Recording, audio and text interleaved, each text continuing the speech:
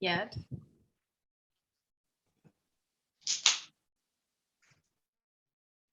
That's new. I hadn't heard that I before. know. Yeah. It's nice to know. Beverly, you've got quite an art collection behind you. I do, yes. That's just a small portion Yeah, of what I have. yeah, I've collected art since I was about 12, 13. really. Oh my Yeah. goodness. Wow. And I still don't have all of it hung that since I've been in this house 8 years and I'm Yeah. still struggling. Well, when you buy 1 or 2 pieces and you hang it, it's one thing, but I had 160 some pieces What? Oh my And- goodness. and to hang all of those, it takes time. I'm Yeah. glad you're pacing yourself. Yeah. I've got a lot of them hung, but I had more wall space in my other house. I had vaulted Yeah. ceilings in the living room and the dining room, 20-foot high ceilings and Oh, a big wow. stairway that had a big high wall. And so Nice. it's a little harder in a 1-story. So do house. you tend to rotate them around just to kind of? No, do I tend differently? to get them where I like them. Yeah, right. And they Yeah. stay. I've Sure. got groupings that I put together. I've got a black and white grouping in my living room, which is Oh. smaller. Yeah, And a lot of this is Egyptian stuff. wow. And then other things. And it's what appeals to me. Some of it's original pieces, some of it's nice prints. Sure. It's a combination. Yeah, One of the ones that you can't see real well, that one over May. Hi, May. Yeah. there, yeah. I got that at art class down in on the coast, paid a whole $25 for it. Yeah. Nice. I liked it and it was an original piece and I paid more to have it framed than I did Yeah, for the piece. well, Yep. take it to the Antique Roadshow sometime and you'll Yeah. find it's No, probably I've worth got, $25,000 now. or I've got something. 2 watercolors up here that I would love to take Yeah. to the Antique Roadshow because they're old and they're exquisite. A Yeah, lot of detail in them, but nice. That would be fun. We're going to go ahead and get Okay. started since I think many people are here and I've been asked to have you say here today. So I'm going to call your name and if you would just please say here, then we'll know you're here. Todd Anslow, Here. Deborah Bukowski. I'm sorry, I think I murdered that. Here. May Chen. Here. Laureen McClintock. Here. Christy. Here. Nancy Turner. Here. Natalie Smith. Here. Margaret. Margaret. Here. Okay. I thought I saw you. Nancy Eichstadt. I'm here. Libby Spencer. Yes. Beverly. here, Lanny. Here. And Leslie. I'm here. Great, thank you. So today is kind of exciting because we are going to get some design updates and talk about schematic design. You know from getting the email from Catherine that we also asked you to think about whether you wanted to be part of the art. I guess it's called a committee. Is that what it's called, Catherine? Art committee. Yeah, And also the art sustainability subcommittee. subcommittee and the sustainability subcommittee also. So we're looking for 2 people for each of those. So we'll try to get those down today as well. So we're going to get some project updates and we're going to talk about schematic design and master plan comments. So the other thing that we need to do just for general business is approve the minutes from February 24th. So have you all had a chance to take a look at those? And did you have any questions or changes that needed to occur? Can you give me a thumbs up if it looked good to you? Okay, do we have a motion to approve? I'll give a motion to approve. Thank you. And a second? I can second it. Thank you. Okay, so the February 24th minutes are approved.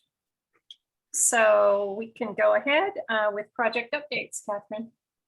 Okay, first what I'm going to do is just introduce the staff that's here.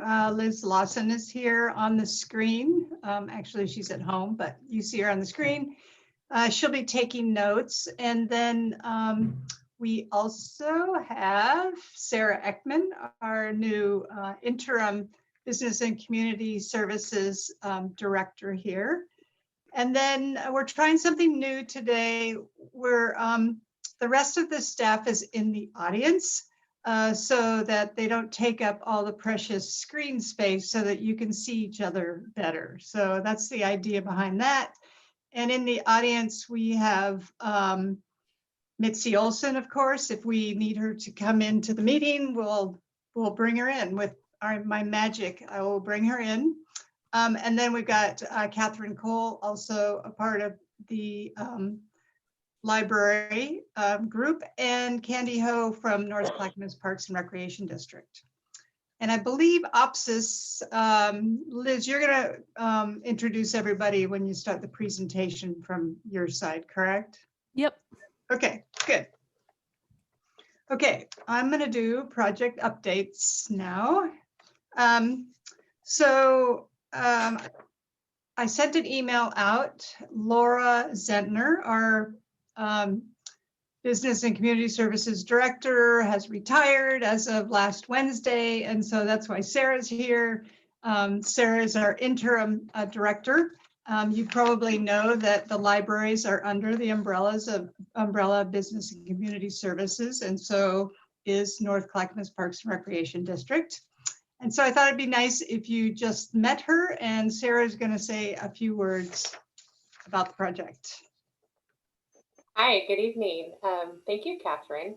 My name is Sarah Ekman. As Catherine said, I am the interim director as of last Thursday for Business and Community Services, and had the privilege of working and learning from Laura Zentner about the last 18 months under her leadership and direction. So very sad to see her go, although very happy for her as she moves on to retirement. She was, I know, extremely important to this project, felt very passionately about this project, that it was of great significance to the county, very important to have it advance and move forward, and really communicated that in every opportunity that she had. So it's something that I fully intend and will carry on in terms of understanding and knowing it is a critical project. I've been constantly impressed. Catherine has been very gracious in bringing me up to speed on all of this, as others involved as well. And it's just a remarkable project that we do hold high on our list of priorities. So we'll be doing that, and can't wait to get this underway for the Gladstone community. I'm very excited the master plan was recently approved by the board, as was the next phase of the OPSIS contract. That was a big win that we were really happy to see.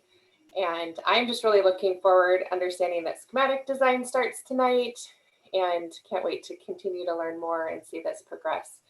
So I want to thank you for having me. I think Catherine's going to have me go back into the audience after this. So it's great to meet you all. I recognize some of you, but definitely not all of you. So thank you for all of your efforts and contributions you're making to this project. It's really, really important, and we're very thankful for your involvement. Thank you, Sarah. I'm going to gently place you into the audience in a moment. So Sarah mentioned we got the OPSIS contract approved on April 1st. That was just last Thursday. So we're really excited for that. Now they are good to go through permitting. So we're good for well over a year.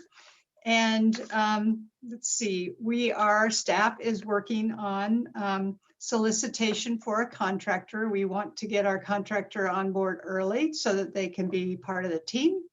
So I'll keep you up to date as we do that work.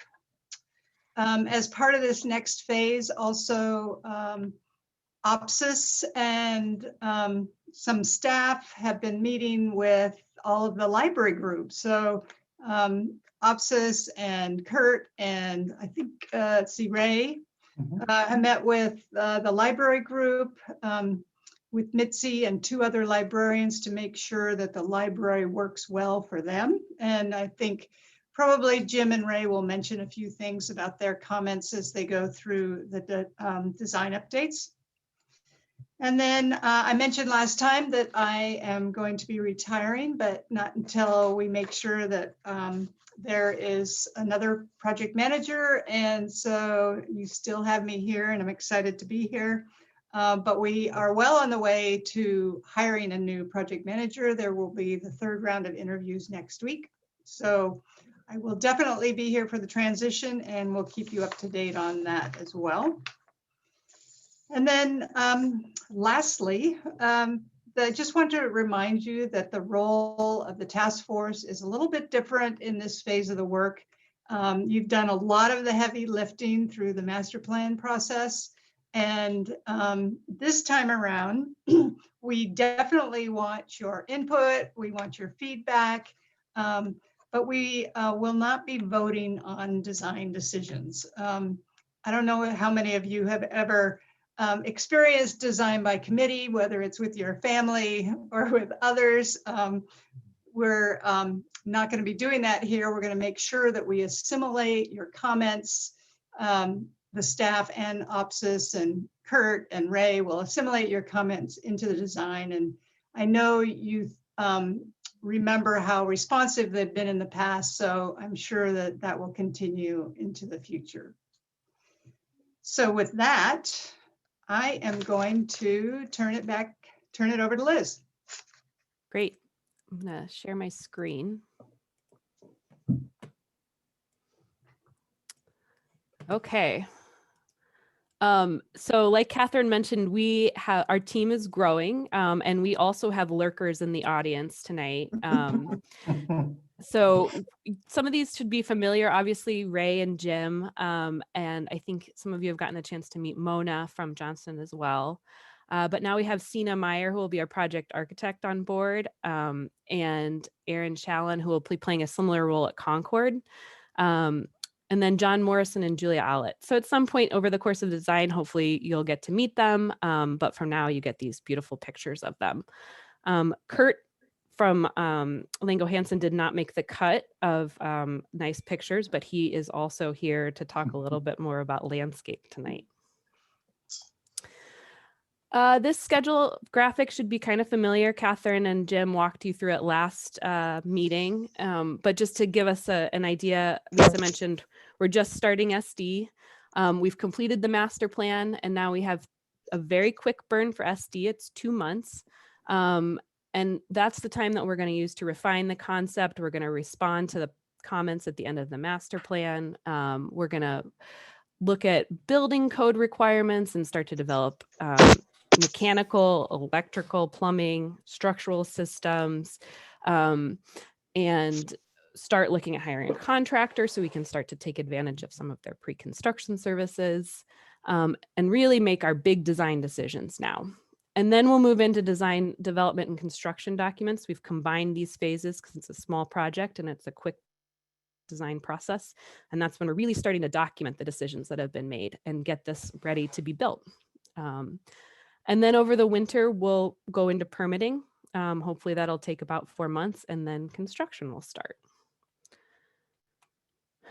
So I wanted to touch a little bit. We have the bigger design changes that happened during SD. It's really where we're just getting an idea of the programmatic requirements and making sure we're meeting all of them. And it's the time where we can start to take these bigger changes. They have the least implication, or we can have the greatest implication on cost and control of cost at this phase. And then as we get farther along in design, it becomes a little bit harder to make the big changes. So we want to make sure that's happening now. And this is an important slide. We've identified 5 kind of touch points where we want to make sure that we get your feedback. And so those are the 5 task force meetings that we've identified. They're kind of clustered towards schematic design. You can see we have 3 identified in schematic design, and that's because of what I was just talking about. That's when the big changes are going to happen and we need your input the most. We have one right now, we're at TF1, and that'll be the very beginning of SD. And then we'll have another check-in in mid SD and then one at the end.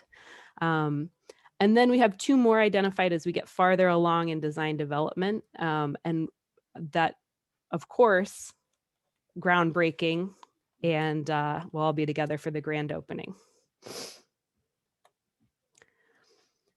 So just kind of quickly laying out what we're trying to talk about at the 3 task force meetings in schematic design.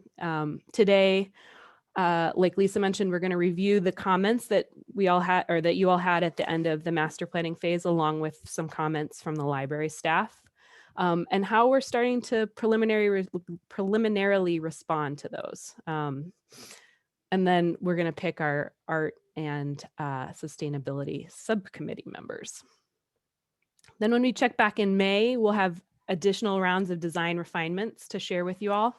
And I think we also need to do some elections for new chair and vice chair and reviewing the charge. And we'll have some feedback to share from additional meetings with the library user groups.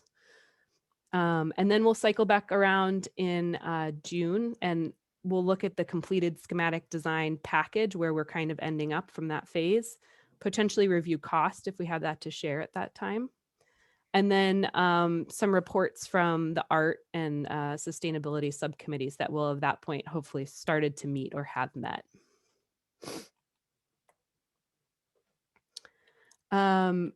This is kind of the 3 arms of our public involvement plan. One is obviously our task force meetings, our public updates that we're going to have, as well as our underrepresented focus groups.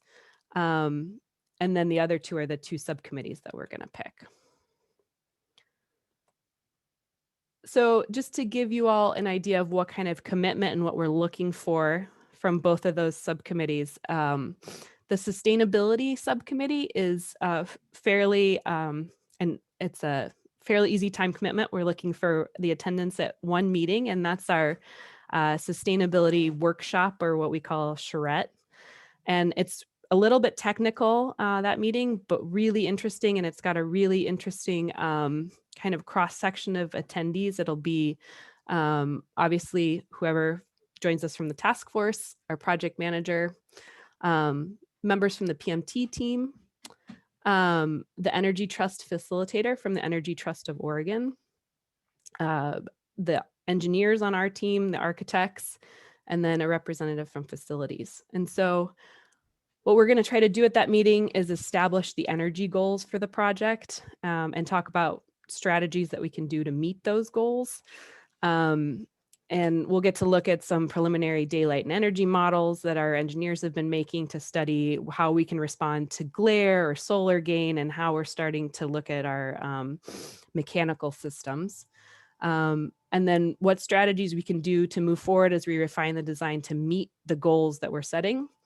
And then we'll also take a look at some of the sustainable site strategies that Kurt's starting to look at in the courtyard and things like that. And review some financial incentives and decide which ones we want to try to go after that the Energy Trust provides. So that's the sustainability charrette. And then the art and history subcommittee, that's a little bit more of a time commitment. We're picturing 4 to 5 meetings. We haven't quite worked out what the agenda at each meeting will be, but the charter will really be to identify locations in the building or outside of the building for art and talk about what that means. Is it integrated into the building? Is it part of the sunscreen? Is it a sculpture? Is it in the courtyard? Is it on the wall? There's so many options that we can identify.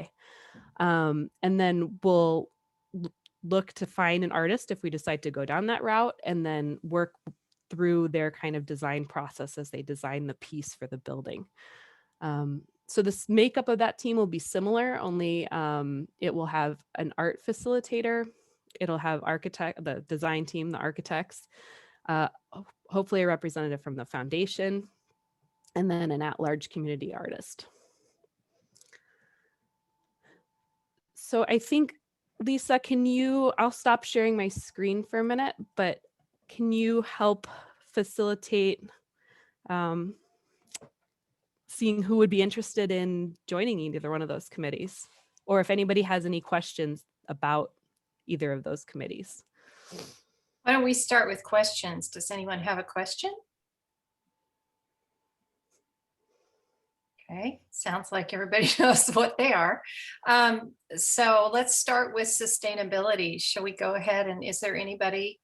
Was it one? I misunderstood. I thought it was two, but it's just one for sustainability. Well, Lisa, let's see what the interest is. Okay, And one is fine, two will work. okay. Is anybody interested in I'd like to do sustainability. Christy and Nancy Turner? Anybody else? Two's a good number. Okay, so Christy and Nancy Turner, you are it for sustainability. Thank you both for volunteering. So how about the arts? Beverly, I'd like to be, I would also, whoops, and And- and Lanny, okay.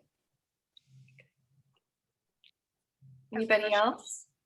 Do we need to provide any report Okay. after the meetings? Say it again. Oh, do we need to provide any report and coach our group after the meetings?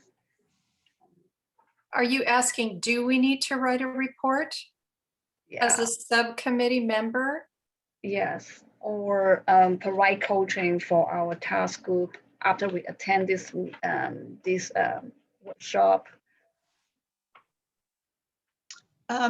So no, you just, it's mostly showing up, yeah, and then reporting back to this task force. I don't know if Lisa, you can tell, it looks like Todd has his hand up. And Todd also. Sorry, Todd, I didn't see your hand. Okay, So May, I'm sorry, I didn't quite get that. Were you interested or? Yes, I'm interested.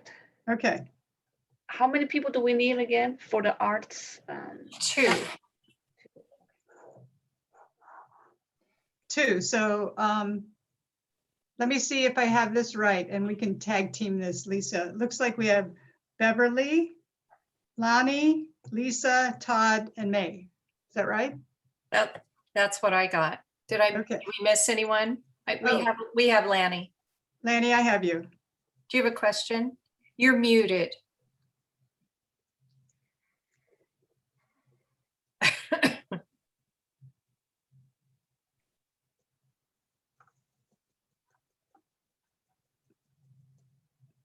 I can probably Unmute. unmute you. There, you're unmuted now. Okay. Whoop. No, she's muted again. Okay, hold on. Can you hear me now? Yes. Yes. Okay, you can't see me, but you can hear me. That's okay. Sure, We I get one could or be- the other. Yeah, you can't get both. I could be the representative from the foundation, or Bev could be the representative from the foundation. I think that we don't both have to be on the committee, but Okay, we're both on the foundation, so either one of us could do that. okay. Between the two of you, which one wants to do it most? Lanny, you want to go ahead? Well, I was gonna say you had your hand up And first. If you can't attend a meeting that I could attend in your place, would that work? That would work. Okay. Okay, so we've got Lanny with Beverly as backup for the foundation. Okay, that works. And then we have Lisa, Todd, and May. So out of those three, it would be great to have one.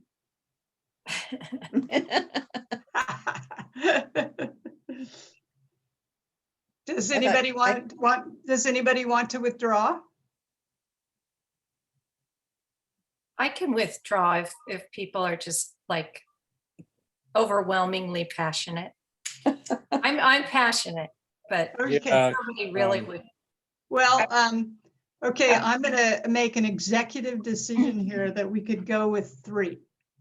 So, so we've got Lisa, Todd, and May. and 3 total. So out of the 3, does one person want to withdraw as a starter? Yeah, I can sit down. I'm not feeling that Okay. ambitious at the moment.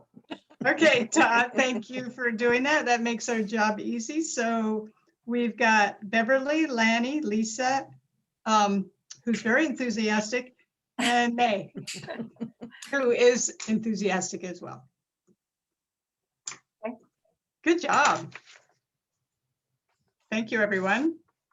Can you remind me again when the meeting for the sustainability is?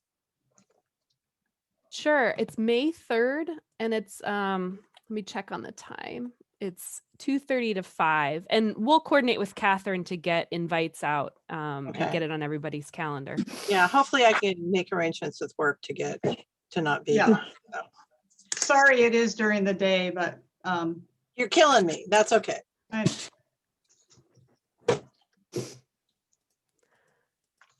Okay, I think we're on to the fun part of the meeting, which is the beginning of the response to the task force comments. So I am going to start sharing my screen again, and Jim and I are doing this from remote locations. So Jim, let me know if I'm not advancing slides fast Oh, enough. okay. Yeah, I think it'll work out great. Yeah. Yeah, we moved through that pretty quickly, so. I've seen those people before. Yeah, exactly. Look at you. Well, one of these days, hopefully, and by the time we get through schematic design or design development, we can all be back together again. That would be really fun. But as you know, you were also instrumental with developing ideas and concepts that help direct the concept that we're working with. So we'd like to see your participation continue. You can go to the next slide. So these are important ones. We've simulated the comments that both the library staff as well as the task force brought up, and we've organized them into 2 different categories. This first slide here is indicating building functionality and layout. And so some of the comments that were brought up include kind of confirming the entry door placement, ensuring there's good overhang and weather protection in that kind of outdoor gathering area and entry to the building. Big one was actually confirming the foundation cells location. That's one of the items that there were, a number of different opinions on. And so we have some thoughts to share on that. Providing a family restroom that would be in proximity to the children's area, exploring gender inclusive restrooms. Those are kind of 2 items that are kind of really interrelated. Considering the needs for the courtyard in terms of landscape maintenance, what sort of plant material are we providing in the courtyard? And that's where Kurt's going to share some ideas.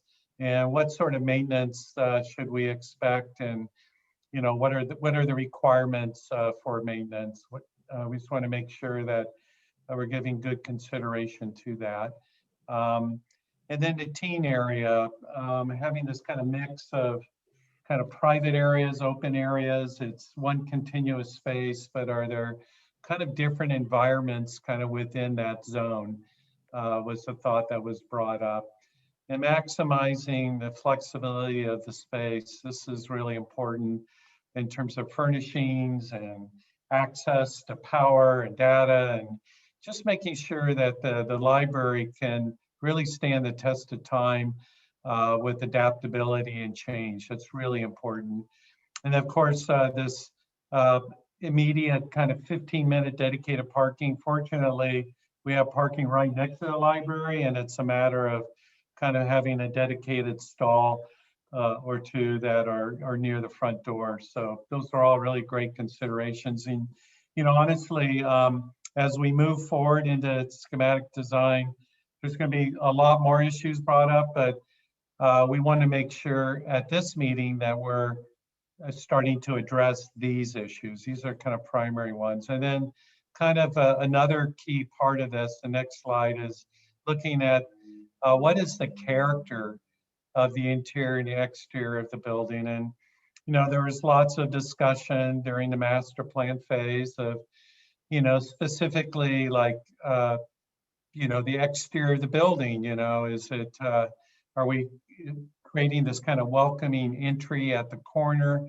What is the design character of the solar and privacy, you know, landscape trellis screen? You know, what are the materials, and how does it gonna really feel and be something that feels representative and a part of Gladstone? And that ties into the building character through, you know, the overall design and material choices. So those are things that we're going to start to explore with you today. We have some thoughts on it. Integration of mass timber, CLT construction is really kind of a mandate from the county. It's an exciting one, and we feel is really appropriate to this project. We shared some images of what CLT could look like. You have a good example in town too of the new city hall. If you've been inside and walked in the lobby, that's the cross laminated timber construction. And so that's something that we're looking at for the library, and we think will provide a lot of character and warmth to the library. Obviously, we just talked about this, the importance of public art opportunities, both inside the library as well as outside in terms of the courtyard or perhaps other locations on the exterior of the building, or integration of art into the architecture. Perhaps even thoughts about the solar or sun screening element might even be conceived to have some artistic qualities that merit its consideration as part of the art. Sustainability is a big consideration. As Liz brought up, we're taking that very seriously, and just had our first meeting with our mechanical, electrical, plumbing engineer who are starting to do energy modeling, daylight studies. So we're really looking at how we can optimize the functionality of the building design to be optimal, both in terms of comfort, appropriate daylighting without glare, and being highly sustainable. The size of this building, we had discussions on this previously, really lends itself to being an exemplary model of sustainability. And some of that is the economy of size here, that with the CLT construction and, you know, sizing the roof to accommodate PV arrays and other strategies that we're considering, you know, potentially this could be a carbon neutral building or net zero building. It remains to be seen, but there's some economy with being able to realize those aspirations because of the size of the library being modest in scale. And then obviously bird-friendly glazing and deterrent strategies. You know, there's in the lighter gray are other comments that were brought up, and we want to consider those, but they're really not something that we feel like has to be addressed right at the beginning of schematic design. Might be something we start to talk about more towards the end of schematic design, or really more appropriately as we get into design development. But they're all really important considerations in terms of graphic branding and signage and for the building. So just to kind of look at this from the macro scale, what are the kind of qualities that really distinguish Gladstone? This is an image that we shared previously, but we thought was worth revisiting. And that's the location of Gladstone at the confluence of both the Clackamas and Willamette rivers. It's really this connection in nature that is quite distinct. And the fact that so much of the development of Gladstone is really residential in character, smaller wood frame buildings, and the sense of crafts that is experienced the small town feel and the importance of this intersection in terms of being a significant location in Gladstone, the celebration of the heritage and history. It's really amazing that the powwow tree, as we've researched it more, and the fact that that's a symbol, an icon for Gladstone, something that we think is of merit and something to consider. The integration of art and sustainability. And, it's important to look at heritage in the past and to honor that, but it's important to look to the future as well. And so the next image is really some of the planning. That's wasn't that long ago that there was a downtown revitalization plan, considerations of how Gladstone might evolve, and thinking about the future and planning. And at some point, a level of probably some greater density. There may be, other two-story buildings in town, and kind of infilling and making this sense of a civic kind of destination. And you can see how, even at this plan, the intersection of Dartmouth and Portland was considered to be a kind of a very prominent location. So we're kind of, in many ways, kind of leading the charge here with the library project, and just bearing in mind that overall the context around the library is going to evolve and change in the years to come. So just also, one of the things that really struck us and continues to impact us is when you drive through Gladstone, it's very apparent when you've hit this major intersection. And a lot of it has to do with the civic presence of the City Hall building. We know it's a very internal building, and has challenges, obviously, and it's going to be removed. But what it does have is a sense of presence and civic stature that really marks this intersection. It was very apparent to us the first time we kind of drove into town. And so the building scale that we're looking at is not going to be quite as tall as this. In fact, it probably, when you look at the overall parapet, which that's a term for the very top of the building, it's kind of that kind of belt course, that horizontal line right below it, right above the windows. That's kind of the type of scale that we're looking at for the library. So its very nature is going to have a real sense of presence about it. And then, this is another important angle and view, as commented, that, the intersection is really important, but also as a lot of Gladstone is really located to the north end of Portland Avenue. And so this approach, as you drive down, what the building looks like from the approach going southbound. And what's interesting too, something we've noted, the scale of building that we're looking at in many ways isn't that different. In fact, the fact that it starts to step down to the teen zone and have the courtyard, which has good daylight coming into it. So in many ways, there's kind of a comfort or memory of kind of a scale and compatibility that I think the new library will continue to have.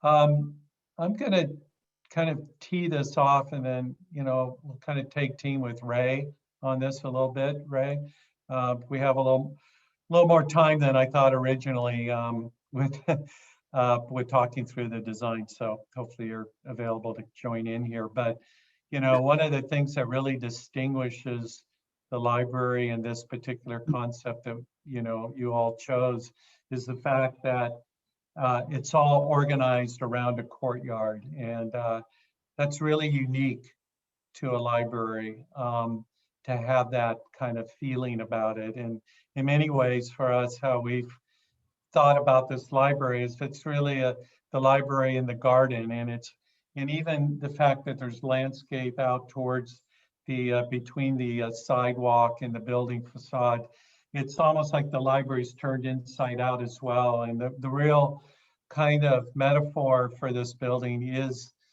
a library in the garden, you know, and so much we've heard from you that, you know, the residential context is the kind of sense of garden court and landscape and this connection to nature that even on a more regional scale with the connection to the rivers we think is important. So these are all things that we're drawing inspiration from. This particular plan has so many great virtues about it. One of the areas that we're starting to look at a little more carefully is, and it was brought up as a comment, is the main entry. And one of the things that struck us, and it's almost really apparent, is you go to drop off your book and the book drop wants to go into the workroom. But when you drop your book off, you don't want to have to then negotiate around bikes to walk around the corner into the entry vestibule. So one of the things that we've looked at is kind of reorienting the main entry doors to actually face next to the books drop. So you drop off your book, the doors are there, you walk straight in, so you don't have to turn 90 degrees. And part of why we had it this way is, you know, we were exploring the foundation book sale. Is that something that's actually located in the vestibule? And, you know, honestly, a lot of the feedback we heard from you is that's not the desirable location. It would really be beneficial if we could get the foundation book sale inside the library proper. So all this has kind of come to bear for us to say, how can we make the vestibule work better for entry, convenience for book drop, but also find another location for the foundation that's very convenient near the entry, but it's not in the vestibule. The other area that we noticed too is how the leading doors from the vestibule into the library tend to kind of push into the reading room. So when you see, it's kind of subtle, but one of the things we're looking at is moving those doors towards the south. And so we're actually able to create a larger area as you come into the library, which benefits the service point location, it benefits the teams, and has some benefit for the foundation as well. So those are kind of some big changes we're going to look at. Kurt's going to talk about the courtyard in terms of some strategies there, with really starting to paint a picture of what the maintenance issues are with it. The concept is really kind of more of a low maintenance garden, a little bit more like we did at the Price Science Commons. That's the image in the upper left. It's at the University of Oregon. They're very maintenance conscious group there, as you can imagine, as an institution, and that's kind of a natural landscape zone that's actually pretty low maintenance. This is actually underneath a plaza, so yeah, there's no direct access for maintenance except through the library. And so the approach there is to use smaller hand tools to periodically do maintenance. And that's kind of an approach that we think makes sense for this courtyard. The other thing we looked at and gave some consideration to is also the restrooms. As you can see in this location, we had a men's and a women's restroom with 2 stalls each. And we've started to reconsider that. And, you know, and I'm sure there's going to be some different kind of variations from what we're going to show you in a moment. But we looked at the idea of creating more all gender restrooms and one that's slightly larger. And the idea that they're individual restroom rooms, and the proximity, once we go to more of a family changing or family restroom configuration, we think the proximity of those restrooms to the children's area is pretty darn close, that you know, there's a real efficiency to group all the plumbing together versus doing a separate restroom that's, you know, in specifically the children's area. So you'll see that what we're looking at is keeping the restrooms all grouped together, but allowing them to really function well to serve families and children with the direct proximity. That's one of the great advantages we have with the size of library is we can kind of group those together versus having separate restrooms for specifically children's area. The other thing that we looked at is providing you'll see a drinking fountain in the restroom zone and how that kind of opens up some of the circulation going back towards the meeting area. The other thing is providing an area for boxes of books that come in, both for the workroom to serve the general collection, but also serves the foundation as well. So, and even a sink in the workroom area. So these are kind of some considerations. We can go to the next plan. I don't know, Ray, if you want to walk us through this a little bit. Yeah, sure. So as Jim suggested, we got to thinking about the entry, and of course, this little corner will have quite a presence on both Portland and Dartmouth. But being able to drop your books into the book drop, it's not indicated here, but right into the workroom, and then into the vestibule. The vestibule then really leads into a fairly open space, comfortable place to move into the library, to look around, to, maybe if you don't want to go after what you need, you turn around and there's the foundation sale right behind you. And so that becomes a prominent place with its own kind of identity.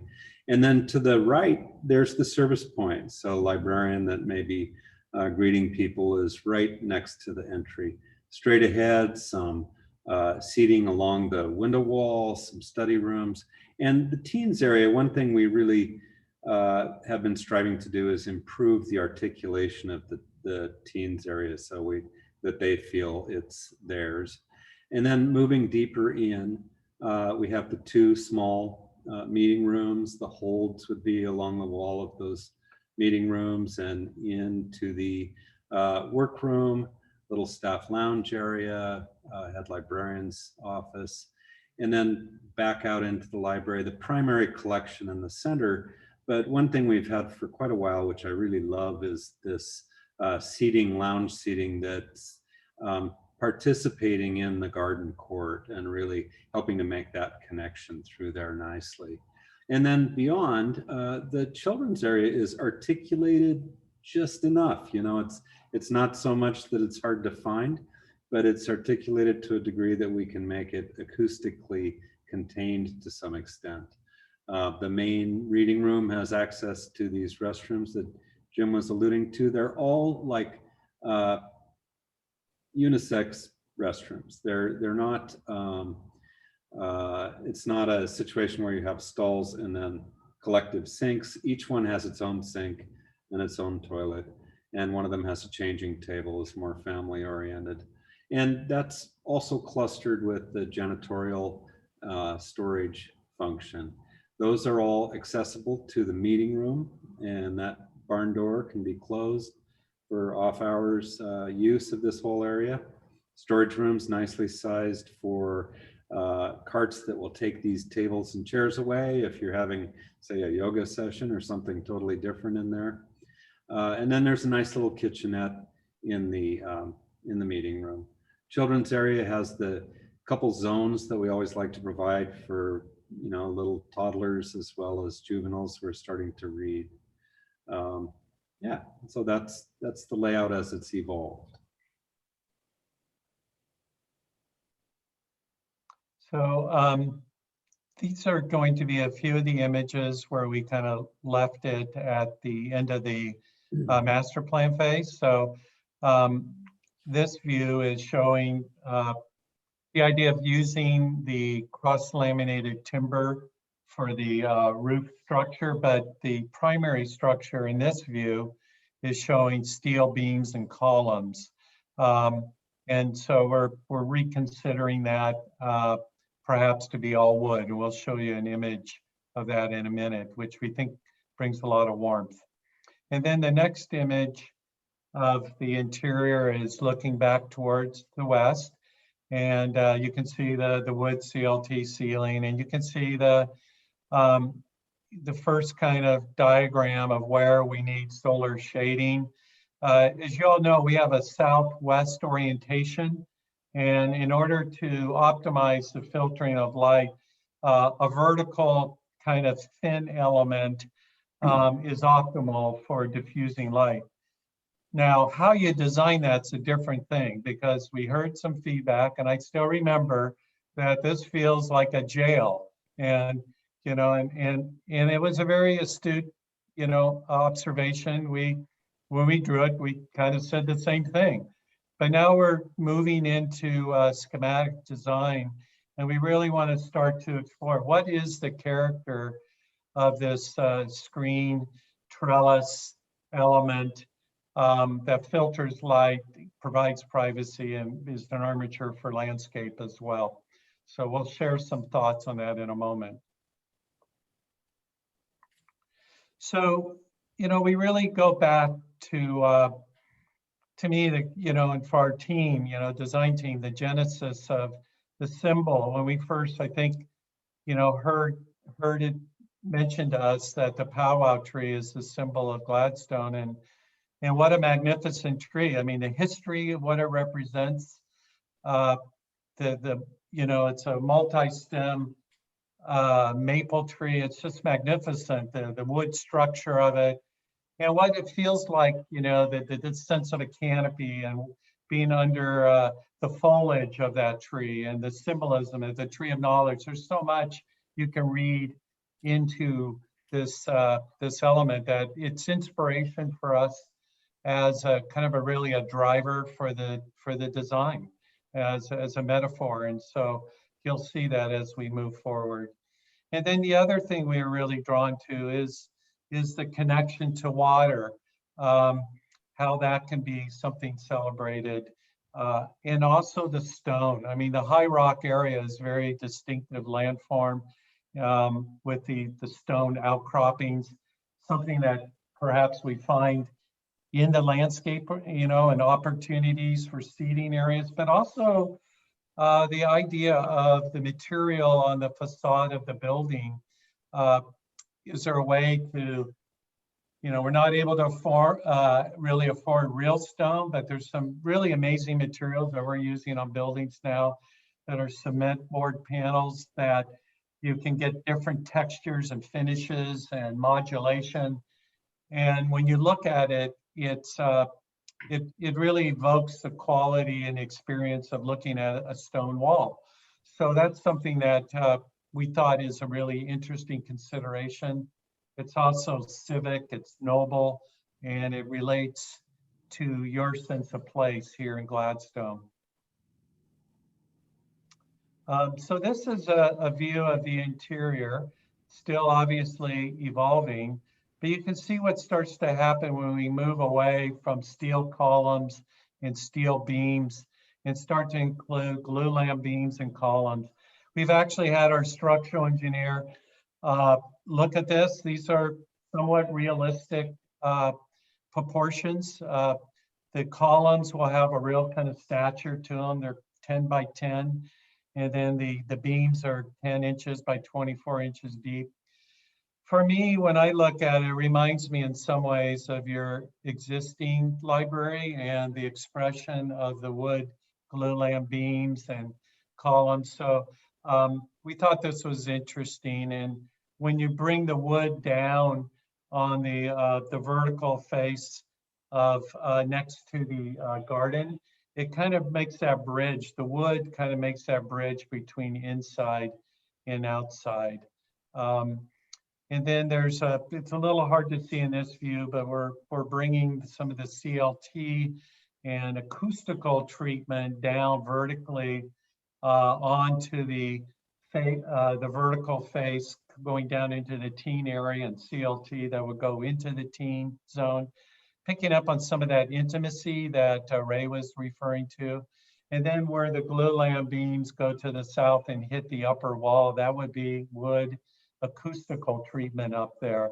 So looking at opportunities to capture acoustical treatment. And then the ceiling itself will be have a wood either a layer of wood over part of it, wood slats that will filter acoustics with acoustical battens above, or there's an integrated acoustical treatment called DLT that allows us to be able to build in to the CLT panel acoustical treatment. So either way, we think it's really important to pick up the warmth of wood, but also address acoustical considerations. And then as you look to the back wall where the children's area is, another opportunity to provide warmth and texture, acoustical treatment, or perhaps even color. So lots of opportunities there, but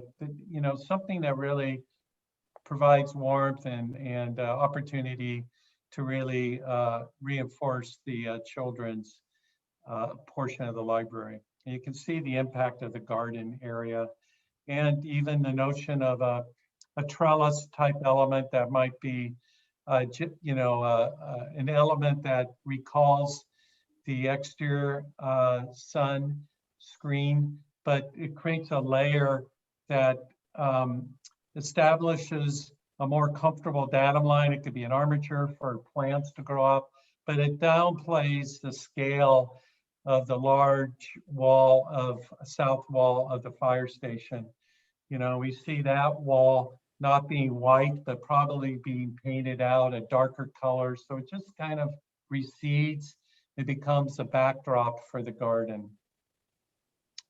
We can keep going. And then this was kind of a big change for us, and something that, you know, Mona, it was really her kind of brainchild here, of thinking about how could, you know, we were talking about the powwow tree and the notion of looking up into the tree and the dappled light and the sense of foliage, and how could that become inspiration for how we think about the sunscreen and privacy screen and the trellis element.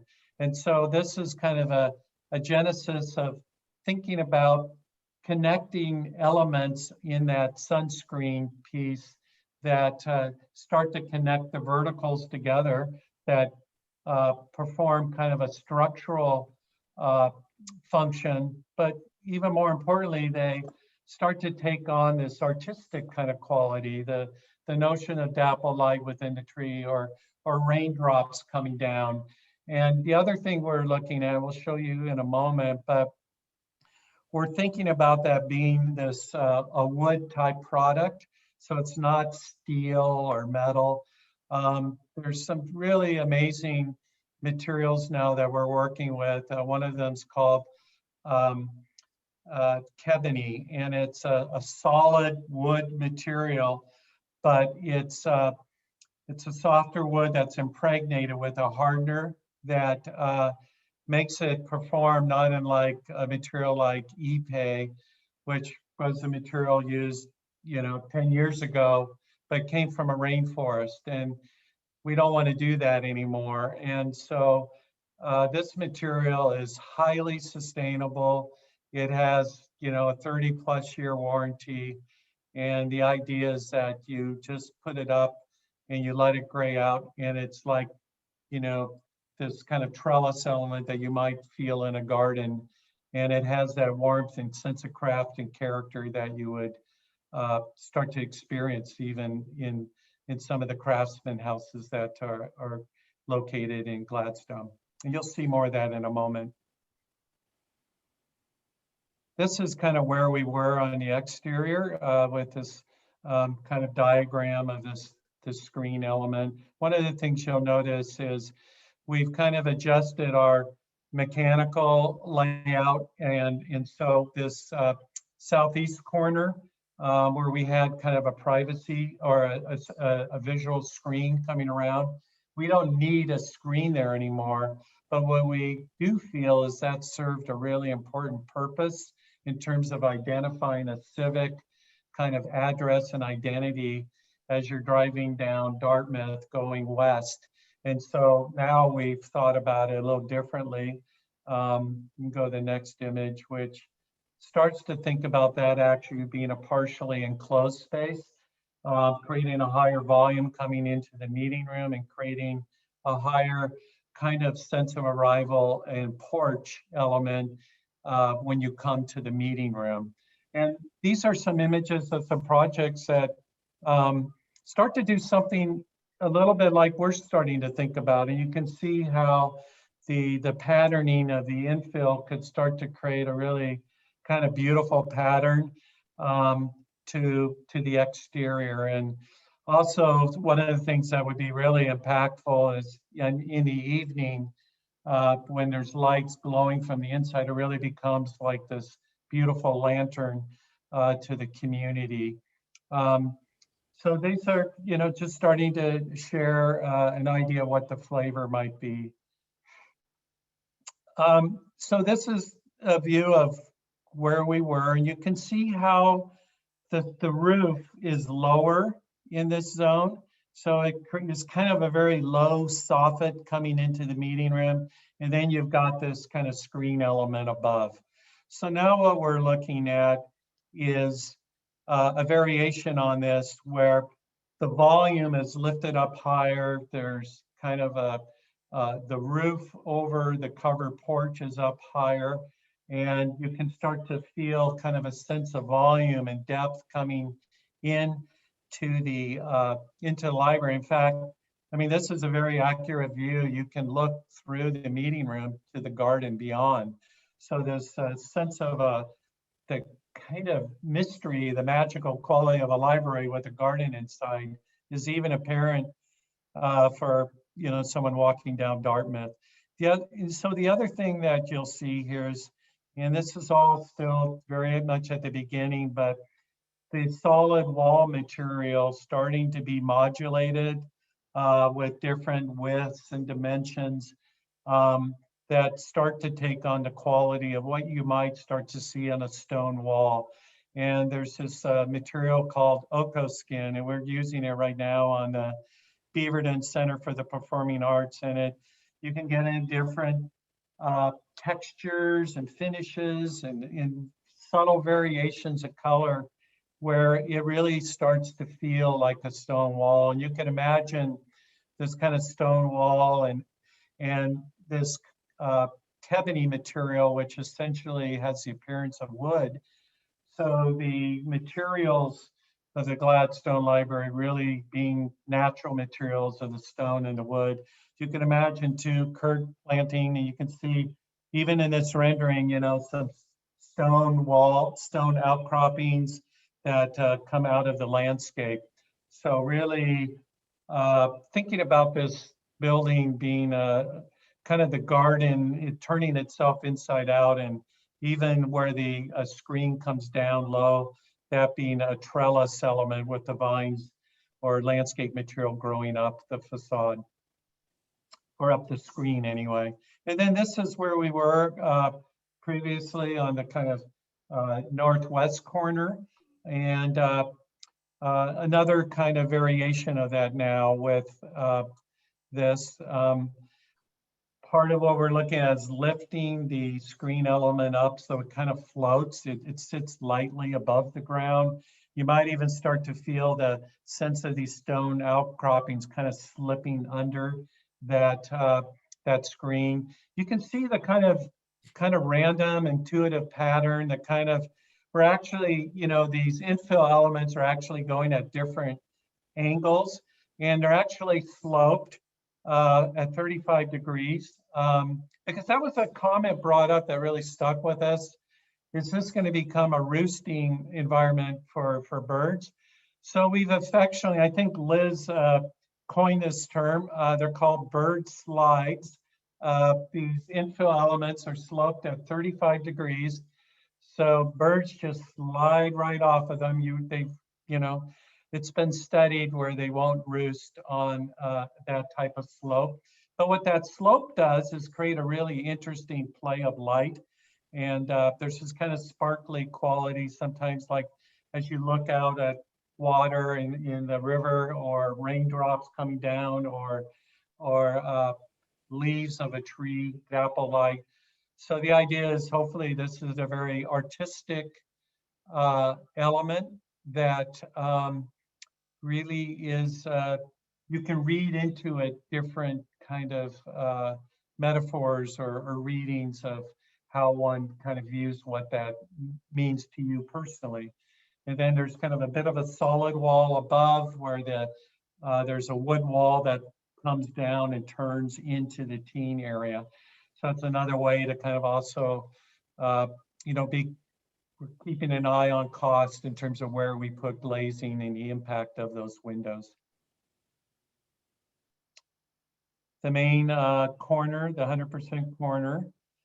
And one of the things we're starting to look at real carefully, you can see how the stone-like material wraps into the entry vestibule. Certainly a great opportunity for signage there. The book drop, there's been discussion too about perhaps even an electronic screen that has information of events and things that are going on in the community. We're creating kind of a lower scale vestibule element that kind of sits as kind of an object within this covered corner. The trellis element and screening, breaks sunlight coming in. It also provides rain protection. So the idea is to really create a comfortable kind of transition from the exterior to the interior. So it's almost like a bit of a outdoor public room out at that corner. And then we'll have the foundation zone and not bringing the glass all the way down to the ground. It would be lifted up about 3 feet to the counter height. So there's a good area for books and so forth. And then the landscape around it. The next view is just, we'll show more of these as we get into more detailed design, but we thought it was important to just start to capture what does it feel like to start to walk towards those entry doors with the book drop, an area for bikes, where the foundation of books would be, looking into the teen area.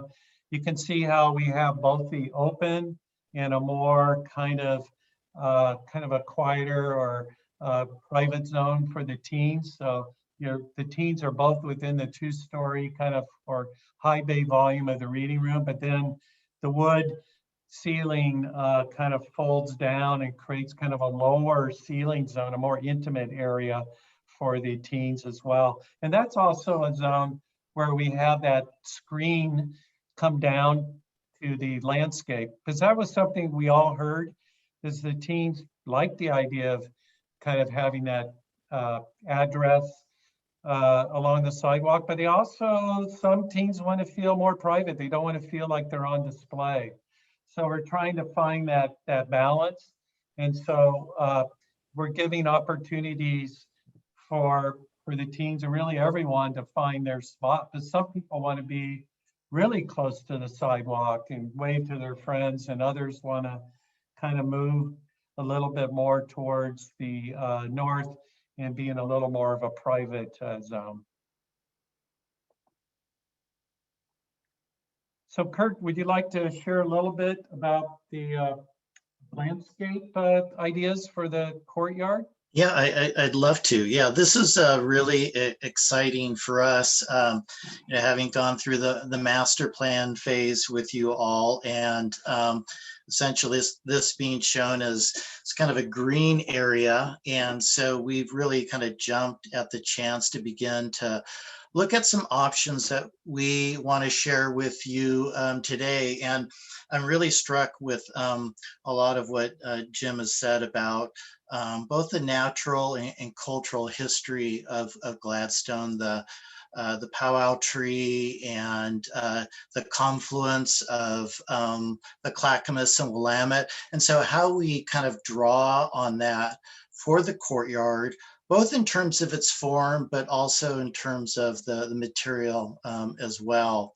And then I think lastly, the library in the garden. And so what a wonderful opportunity it is, both for visitors to be in the garden, but to be in the library looking into this green space. So we have 3 different concepts that we're kind of still in the process of developing.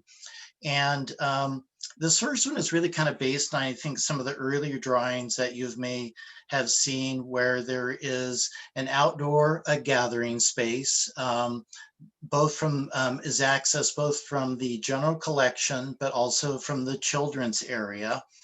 And it's kind of a generous space, and it's rimmed with seating. So what is nice about this is it offers the opportunity for maybe some small events, reading circles, for people to come out and to be able to kind of enjoy the garden setting. So there's the balance of kind of hardscape, but then we also have the softscape as well.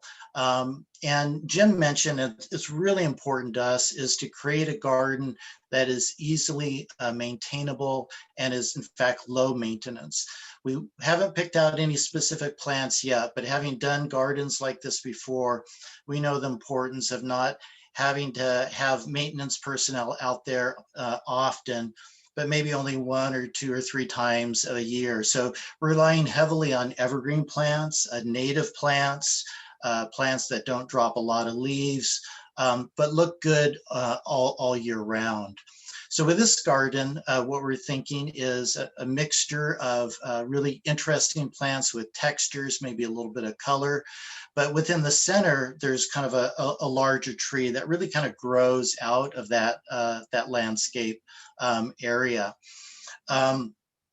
Also thinking both about how you experience it day, but also as night as well. So we know when, winter comes, it gets dark fairly early. So thinking about how we can subtly kind of light this outdoor garden as well. And then Jim talked a lot about the back screen that's next to the fire department. We see this as a real opportunity to perhaps to grow some vines, to really create this very kind of green envelope kind of that surrounds you, both as you're looking in and as you're experiencing the courtyard itself.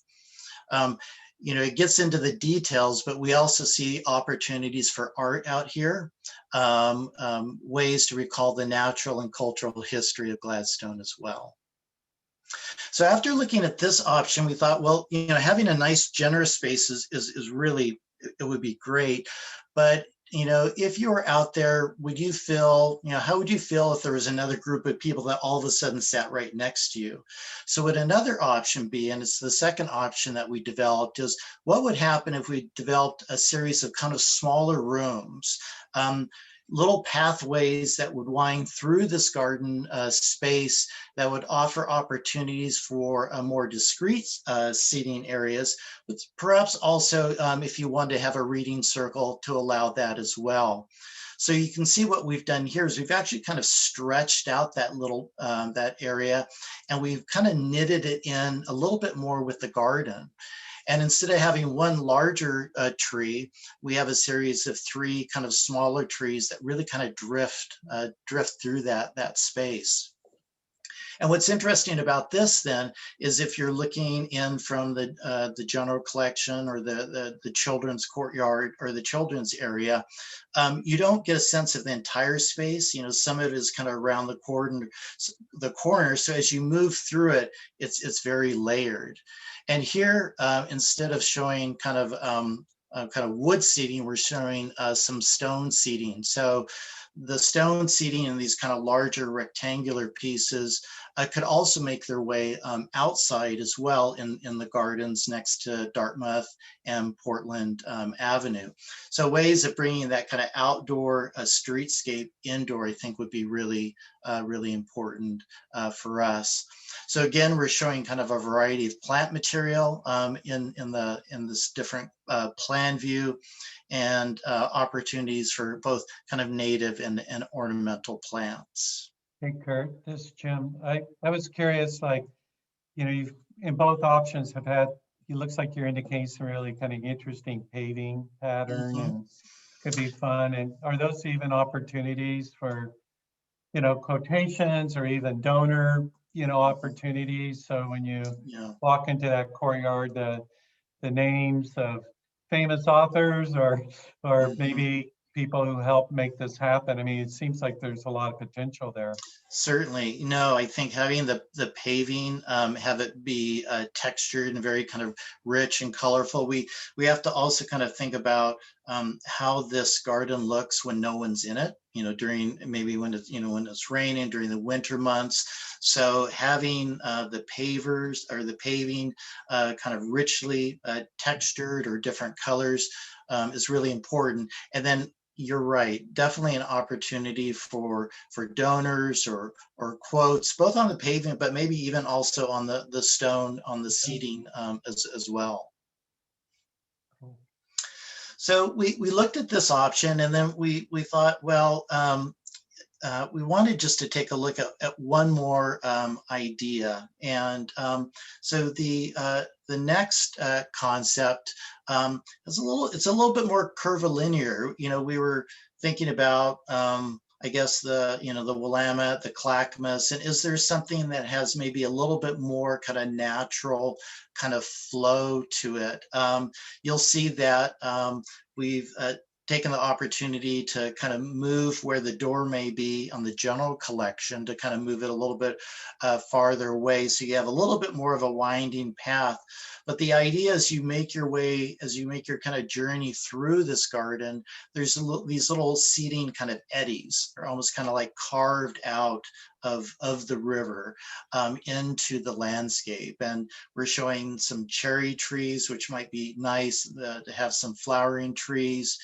And then also a small little water element. It's a little blue kind of triangular color in the lower left hand, maybe a little bit of a bubbler. We have to be cognizant of maintenance, and so we don't want anything that's too elaborate. But how does the sound of water might just really kind of lightly reverberate in that garden? Could be really, really quite nice. And again, this is an opportunity for some special paving at the seating areas, just to kind of make those a little bit extra special. And then, thinking about the material, what you're sitting on, kind of bringing in some warmth in terms of what that could be as well. So this was, and this was the third option, and we're beginning to kind of look at them in kind of 3 dimensions to see what it looks like from kind of the ground level, and ways that we can play with the plant material to create and kind of reinforce these little gathering areas. And we're quite excited about the direction and continuing to kind of look at these options.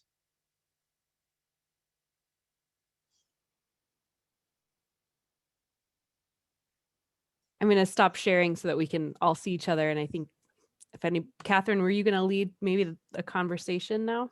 Sure, I'll do my best. So we have some time now for questions and comments, feedback.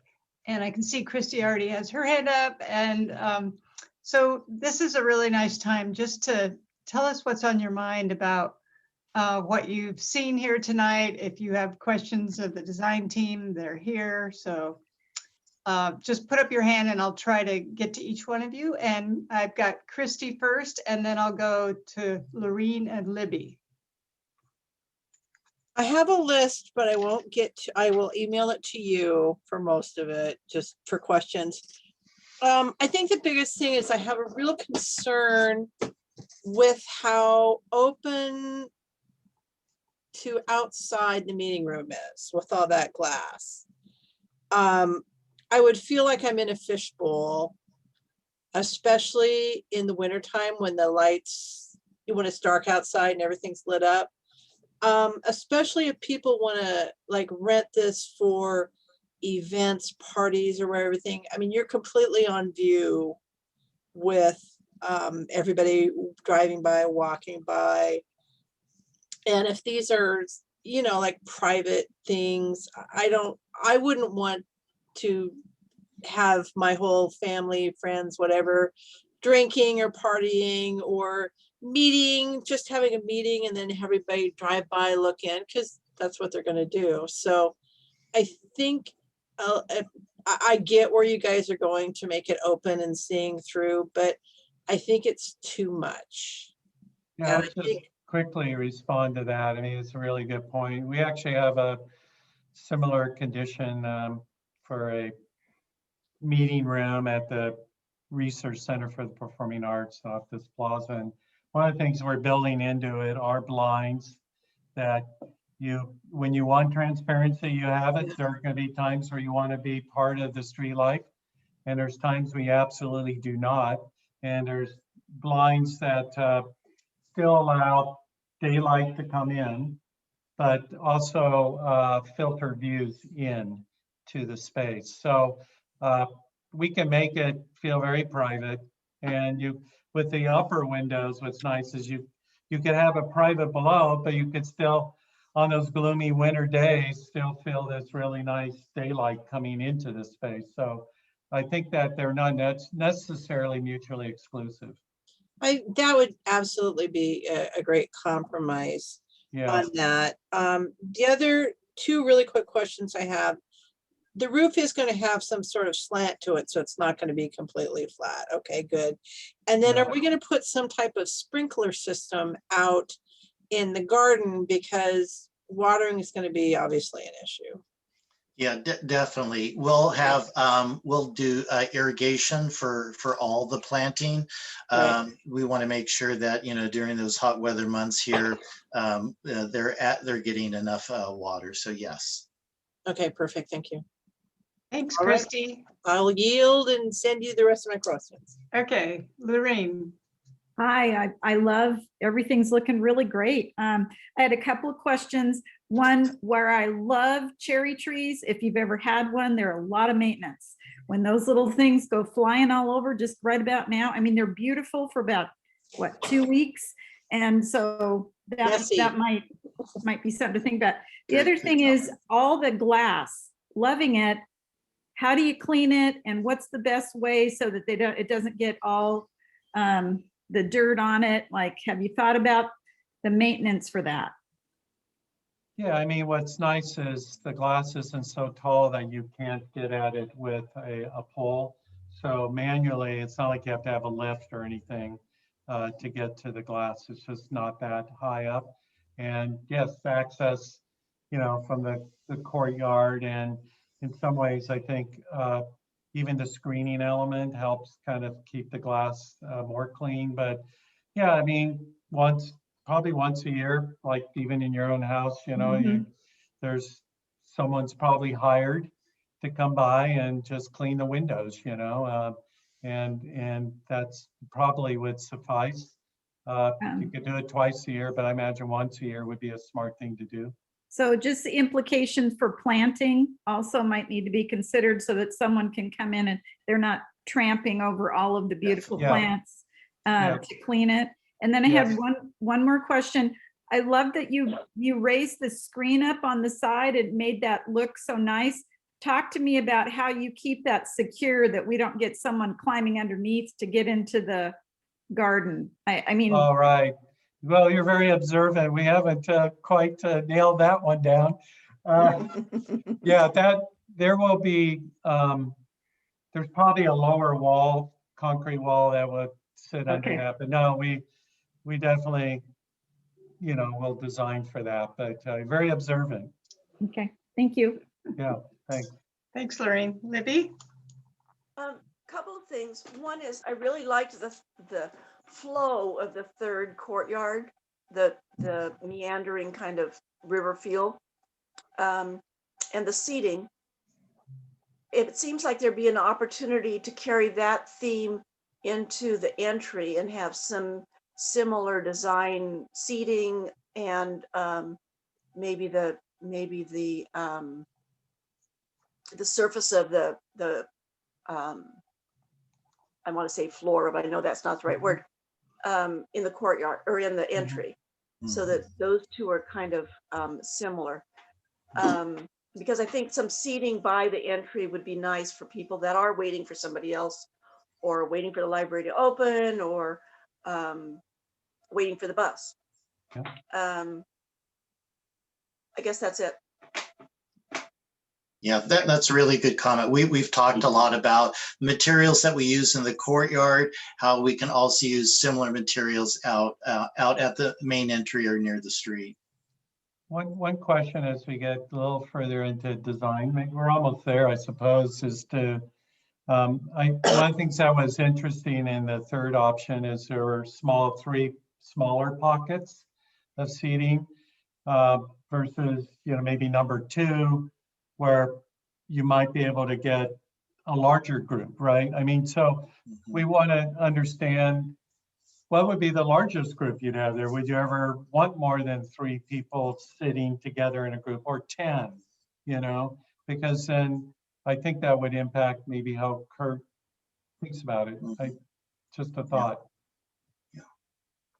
I think more flexibility would be better for options in case we don't know 100% now how we're going to use Right. this. So we have to look at the future. And I mean, if it's a gorgeous sunny day, I mean, it's a perfect opportunity for children reading group outside for a story time or something like that. Yeah. So I think the larger areas would be more flexible to use. I mean, personally, I liked option 2 because I think it gave us the privacy, but yet you could incorporate a larger group. Yeah. I saw some other hands up. I didn't quite get Margaret and Lanny and Nancy next. Who's next? Margaret. Margaret. I had 2 questions. One, actually, in the garden area, I actually like the option 2 because I think it's a little more group. And the third option I like, but I worry more about the children on that and what they're going to be doing with the way some of that goes through. And the fact, the water feature out there, I can just imagine what children might be doing in that water feature. So it would have to be somewhere where the young children could not get into it. And the planting materials out there, I think we have to also worry about the young children because what they might be picking or what they might be digging into out there. If they start running, having worked with young children for most of my life, they really get into stuff you don't think about. Yeah, nothing with berries at all. Yeah. Nothing with berries and plants that if they decide to eat are not going to make them sick. Yeah, definitely. We do a lot of elementary schools so that, we have our list of plants that want to make sure that are all safe for kids.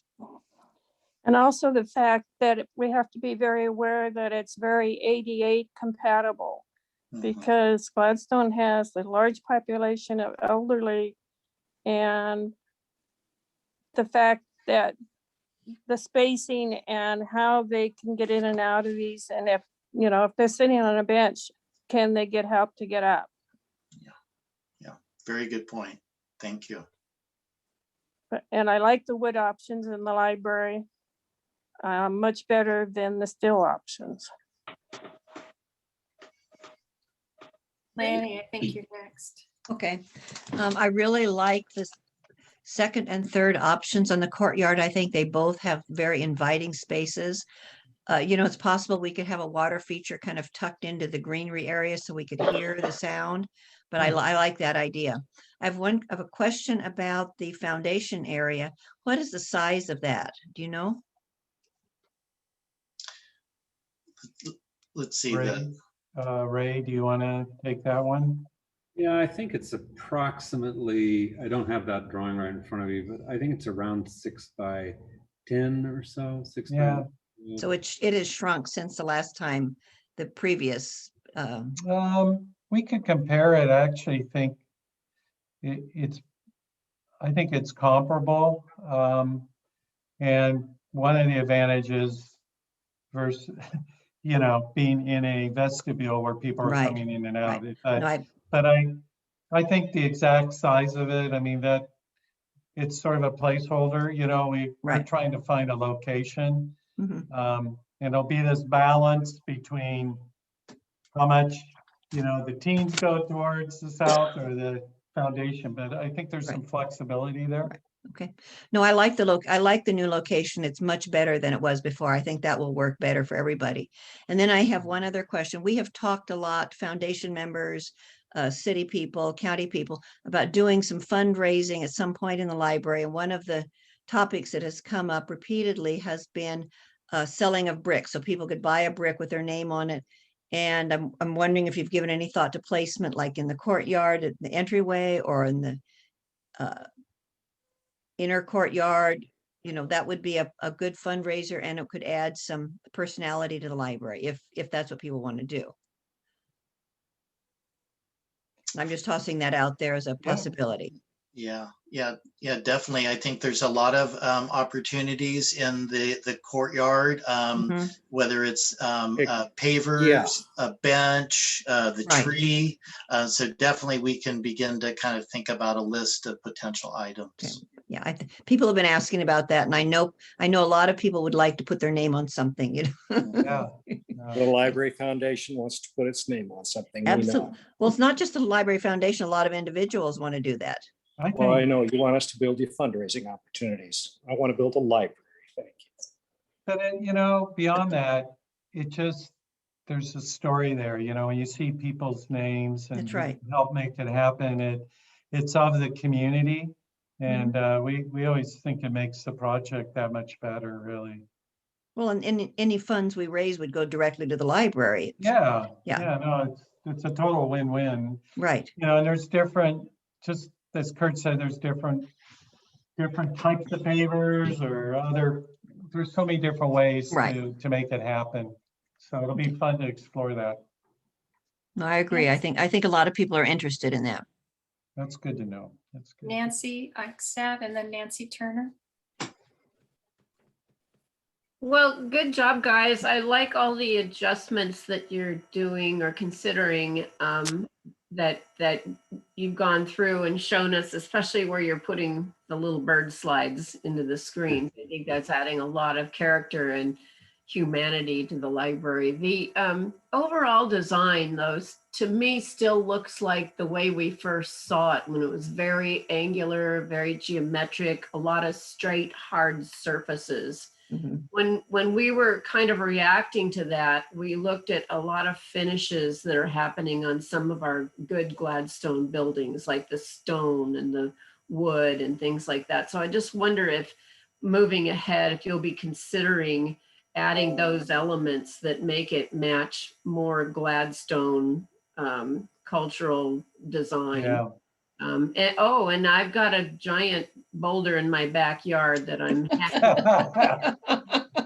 You're probably not alone. I suspect there's others here.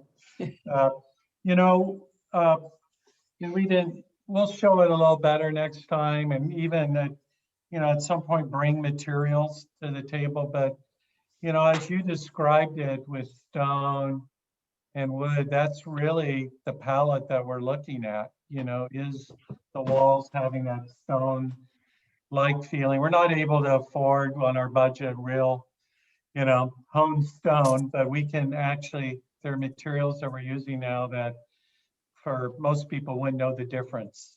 And yet it's sort of in our price range. And then the screen itself being a wood, but a high-tech, very durable wood.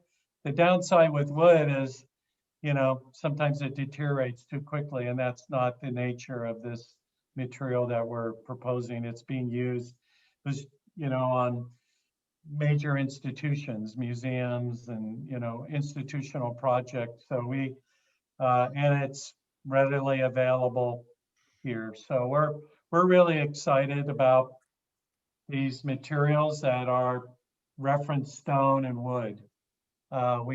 We keep coming back to that as a design team, that those are the materials that feel like Gladstone. I like where Libby was going with her comment, where that third courtyard design, if some of those elements could be pulled through the rest of the project so that it's it's all cohesive. Nancy, are you ready? I am. I had some concerns. I know a lot of you are interested in the second diagram of the courtyard, and I had some real concerns about mobility with that, as opposed to number 3, that was just kind of a flow and a continuous flow, but yet there was a way you could get off to the side. I think if you're looking at people with wheelchairs or walkers, that cubby holes and dead ends are not the best. Something that flows and is continuous with side channels works, but dead ends and corners are very hard for that. So I just would like that to be kept in mind. And I also really support Libby's observation about adding that element of flowing because of the rivers. I think that's a really important element in Gladstone. And if that could be incorporated, I see that as lovely. So thank you. Thank you. Christy and then Beverly. So maybe there is a way to combine 2 and 3 to get the best of both worlds by having a flow, but yet still little corner pockets maybe, or something where it can be navigated. You know, having been, you know, like when I broke my leg, it was pretty hard to navigate around, even though I was pretty mobile. So, you know, obviously people within wheelchairs or walkers, it would be more difficult. So, yeah, maybe doing a little bit of the best of both worlds and redesigning between those two might be an opportunity. Yeah, definitely. No, I appreciate the comment, and particularly one with no dead ends. So I think next step would be taking a look at these options and how we can combine the best of each one. Thank you. Could be interesting if there is this metaphor of the river that it, you know, part of what we're looking at is a radiant and chill concrete slab that's very, very comfortable, but also having areas of carpet. But you could actually take a pattern and take it all the way through the library, through the entry and out to the entry court. I mean, could be a really kind of a powerful, instead of a fragment, it really is a thread that you can experience. Could be, who knows, you know, there's a lot of potential. Beverly.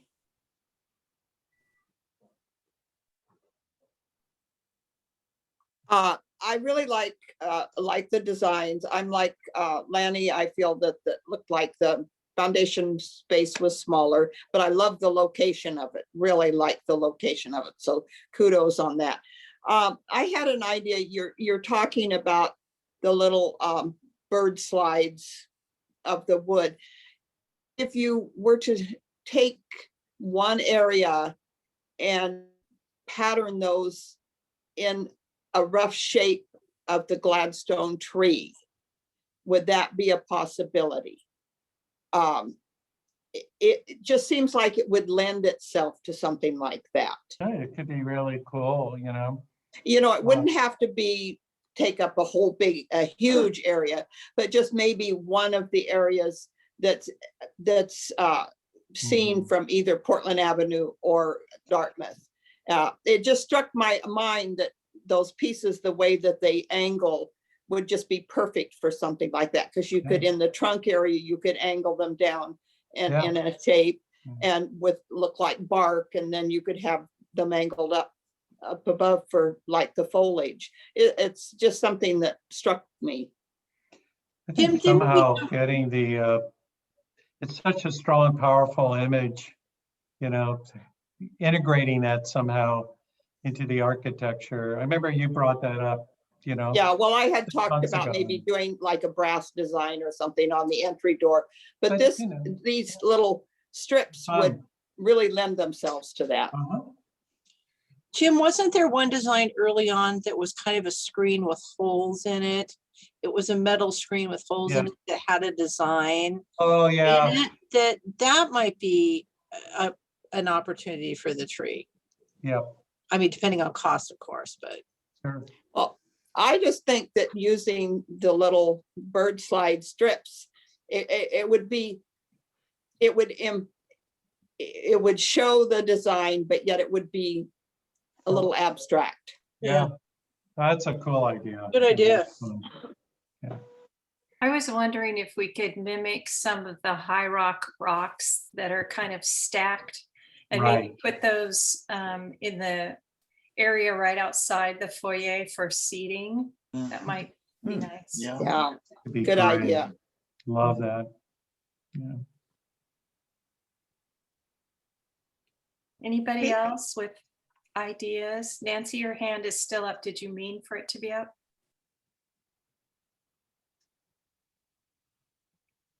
Anybody else with a question or a comment?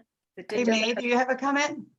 Oh, I just had a quick comment. I the option 3, I like the plants right between the window and the sitting area. Provides some sort of the privacy, so the people inside or people inside the library or people in the yard would not directly can look at each other through the window. I like that how you put the plant between the window and the sitting area. That's the comment. Thank you. For the option 3. Yeah. I have a comment. Do you see my hand? Oh, I'm sorry, Leslie, I didn't see you. I just want to say how much I appreciate seeing the evolution of the design based on all of the comments that people make, which are quite evident as things progress. And it's just, I'm sure that we all appreciate you listening to what people are saying about what they would like the library to be like and the hard work that you do to make it so. So it's just a fascinating process, and it's all very exciting to be involved in. Thank you. Well, thank you for everyone involved.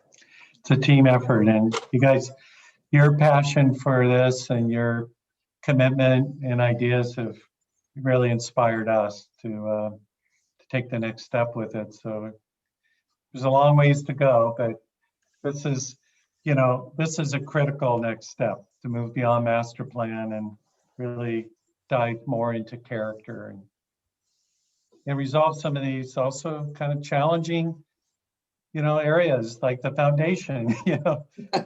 I must admit, we tried 2 or 3 other locations and none of them worked, and actually it was in the meeting with the librarians where it came up. It was almost like telepathic, where everyone just, wait a minute, that's where it should go. No, so I like the location. I think it's a I good do too. location. Yeah. Excellent. Yeah. So Catherine, I think we're ready for public comment if there is anyone. Yeah, I will. Anyway, thank you all for your comments. I am going to open it up for public comment. I see that we've got one person on the phone. So if you would like to speak in public comment, raise your hand. And if you're on the phone, you can press *9 to raise your hand. Most of the people in the audience, it looks like they are, excuse me, sorry, my phone's ringing. Most of the people in the audience look like they're part of the staff or the design team. And I don't see anybody. Oh, wait, I do. I see a hand up. It is the person on the phone. So I'm going to allow that person to talk. Would you please introduce yourself?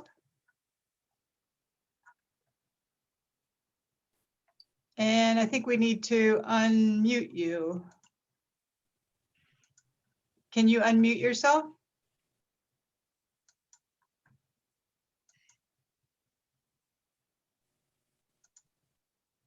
Catherine, is that *6 or *9 to unmute? Oh, they did it. Hi there. Hi. Thank you. Hi. Hi. Hey, everybody, this is Jackie Vette, City Oh, Administrator. I'm the looky-loo in the audience tonight. Wasn't able to jump on Zoom. Just wanted to let you guys know I'm so proud of all the volunteers on this, and everything is coming together wonderfully. And so I appreciate you keeping the city informed of the project, and just keep going forward and let me know how we can help. So thank you. Thank you, Jackie. Sorry, I had a little bit of trouble getting you into the room. No problem. Okay. Any other public comments? No, I don't see anybody.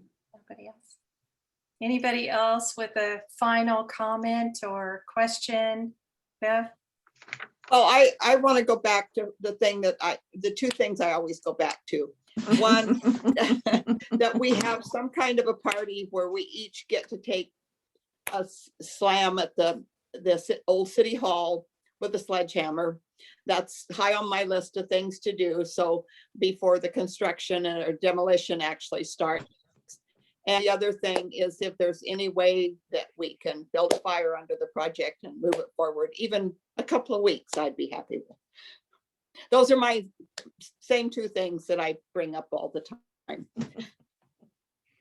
Thank you, Beverly. It wouldn't be a meeting if you didn't bring up those topics. Well, I'm consistent if nothing else. You are consistent, and we will learn more about those things after we hire the contractor. So we'll definitely keep that in mind as we move forward. Natalie, it looks like you have a comment. I have a question. For the window, the large window that's, going into the meeting room that someone brought up about lack of privacy, I'm wondering if there's some sort of, just like we're talking about, with the, the suggestion that Beverly had about making it look like branches, if we had something like that in front of that large window that could filter some of, the issues of privacy. If we had something that came, that either was from the ground up to a certain point, so they still got light in, but would filter it a bit, if that could be an option. At what point, that sounds like an interior question. So I'm just wondering, at what point in the design phase does that kind of thing get addressed? Real soon. Actually, our interior designer, Julia, you'll meet her at our next meeting. She's already been getting engaged with this, and this is such a interior focused type of project. So you'll be seeing a lot of her as the project moves forward.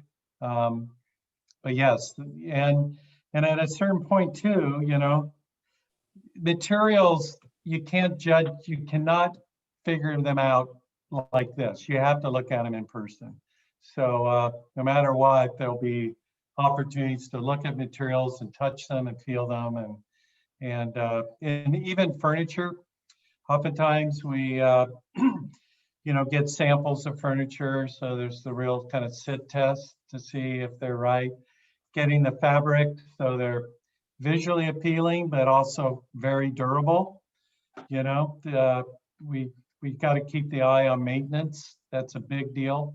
So yeah, that's really, I think we got the beginnings of a really amazing architectural experience, but really what's going to make it in many ways are the actual furniture, the fabrics, the colors, the art, the selection, of the shelving, the ends of the shelving, all that, it all matters, So yeah, and Julia's extremely talented, an artist, and she's a resident too. If you're there, Julia, maybe a shout out. I'm speaking for you. I could bring her into. Could you? All right. Yeah, she might not want to be brought in, but she thought she was sitting on her couch, but there she is. Yay.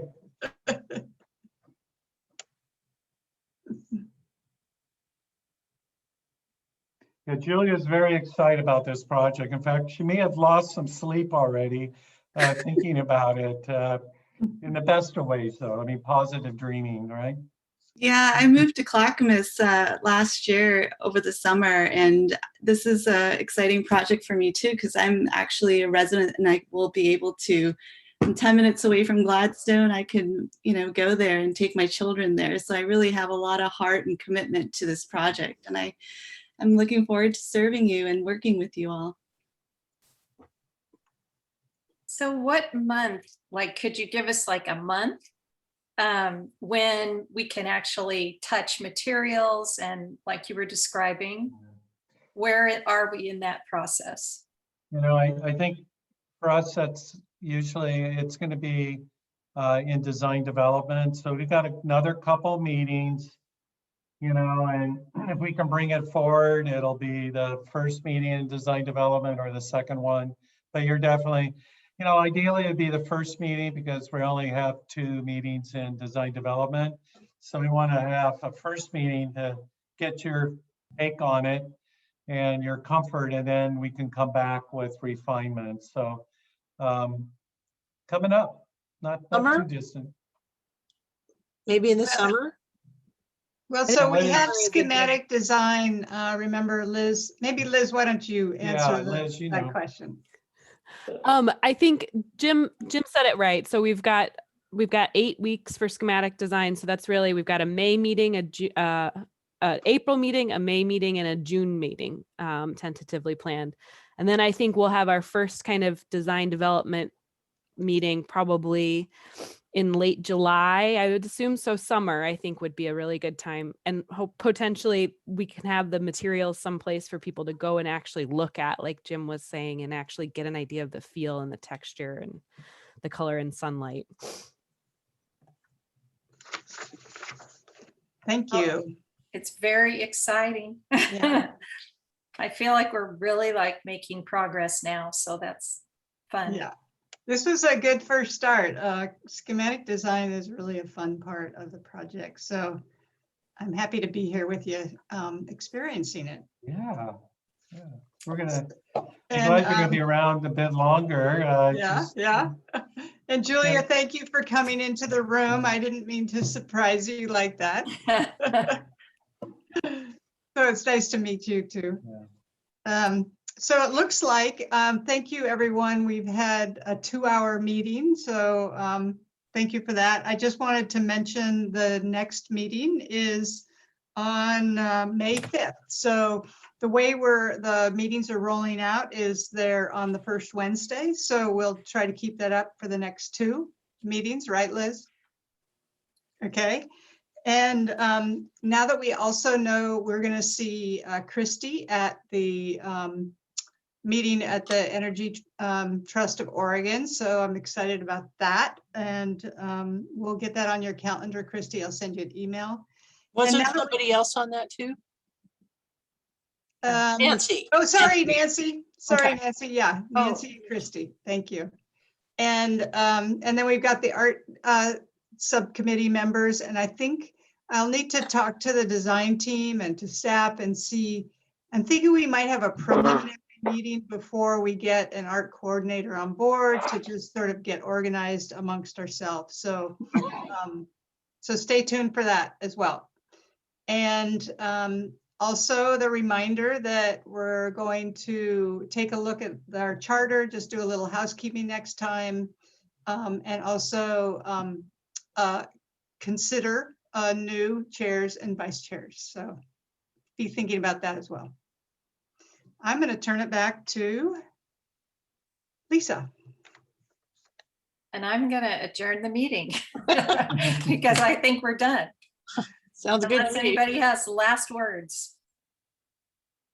Okay. See you all. Thank you all for Good coming. meeting. All right. Thank you. Bye-bye. Bye.